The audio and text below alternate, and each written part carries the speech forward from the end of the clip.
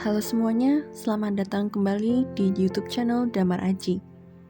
Pada video kali ini, kita akan membahas tentang stoikisme versus nihilisme. Kehidupan ini tidak terlepas dari stres, beban pikiran, dan berbagai macam permasalahan hidup.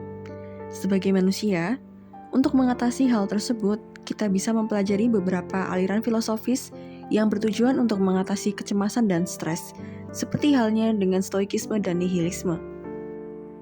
Pada video sebelumnya, kita telah membahas tentang stoikisme, yaitu sebuah aliran tentang pengendalian diri dan reaksi emosional. Stoikisme berkembang pada era Yunani kuno dan Romawi, sedangkan nihilisme merupakan pandangan manusia mengenai apa yang ada di dunia ini sampai sekarang, di mana semua hal tersebut dianggap tidak ada atau nihil, tanpa adanya arti maupun tujuan.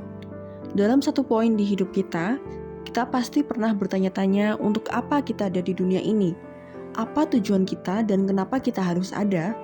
Pemikiran tersebut mengarah kepada nihilisme. Nihilisme berasal dari bahasa Yunani, yaitu kata nihil yang berarti kosong, dan akhiran kata isme, yang berarti paham atau kepercayaan. Paham ini memang cukup ditentang oleh banyak orang karena dianggap terlalu ekstrim.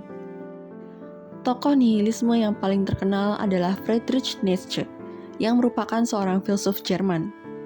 Bagi Nietzsche, kehidupan tidak memiliki makna inheren atau tujuan. Namun, daripada menyerah pada keputusasaan, Nietzsche mendorong kita untuk menciptakan makna dan nilai kita sendiri. Inilah inti dari mempelajari nihilisme. Alih-alih merasa ingin menyerah karena segalanya tidak ada arti, kita justru bisa menciptakan makna dan tujuan baru bagi kita sendiri. Nihilisme memang dipandang ekstrim. Stephen C. Schwarzman, seorang psikiater di Dartmouth Hitchcock Medical Center, Amerika Serikat, dan pengamat kesehatan mental anak muda, pernah menuliskan mengenai pandangannya tentang pengaruh nihilisme terhadap kesehatan mental anak muda. Tulisan tersebut berjudul Hopelessness Around Youth Mental Health is Creating a Nihilistic Contagion.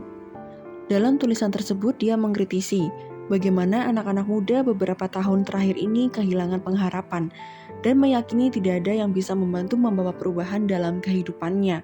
Namun, kita dapat memaknai ulang paham nihilisme ini.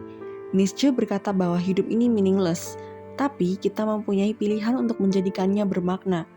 Memang hidup ini tidak abadi, namun bukan berarti kita tidak perlu melakukan apapun.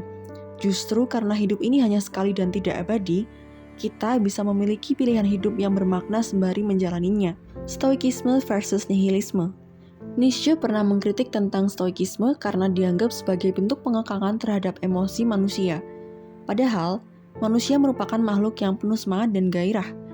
Di dalam bukunya The Birth of Tragedy dan Beyond Good and Evil, ia menuliskan bahwa stoikisme dianggap mengajarkan bahwa manusia itu dipaksa untuk menerima nasib, meskipun nasib itu buruk dan menerima dunia yang tidak adil. Hal ini memunculkan pembelaan dari beberapa tokoh penganut stoikisme.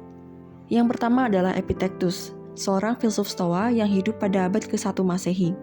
Epictetus berpendapat bahwa stoikisme tidak mengajarkan orang untuk menerima dunia dan nasib apa adanya, tetapi untuk menerimanya sebagai tantangan yang harus dihadapi. Tokoh Stoa lainnya yang membela stoikisme adalah Marcus Aurelius, seorang kaisar Romawi yang hidup pada abad ke-2 Masehi. Marcus Aurelius berpendapat bahwa stoikisme tidak mengajarkan orang untuk hidup dengan penuh semangat dan gairah, tetapi untuk hidup dengan penuh kebajikan. Dia juga berpendapat bahwa stoikisme tidak menghambat potensi manusia, tetapi justru membantu manusia untuk mencapai potensi tertinggi mereka. Meskipun terlihat seperti bertentangan, sebenarnya kita bisa menganut kedua filosofi ini secara beriringan dalam hidup. Misalnya, ketika kita kehilangan uang atau barang, dengan pendekatan stoikisme kita bisa belajar untuk tetap tenang dan rasional. Kemudian dengan pendekatan nihilisme, kita mencari cara untuk mendapatkan kembali uang atau barang tersebut. Dalam menghadapi kecemasan dan stres sehari-hari, kita perlu menemukan keseimbangan yang tepat. Stoikisme mengajarkan kita untuk mengontrol reaksi terhadap hal-hal yang tidak bisa kita kendalikan.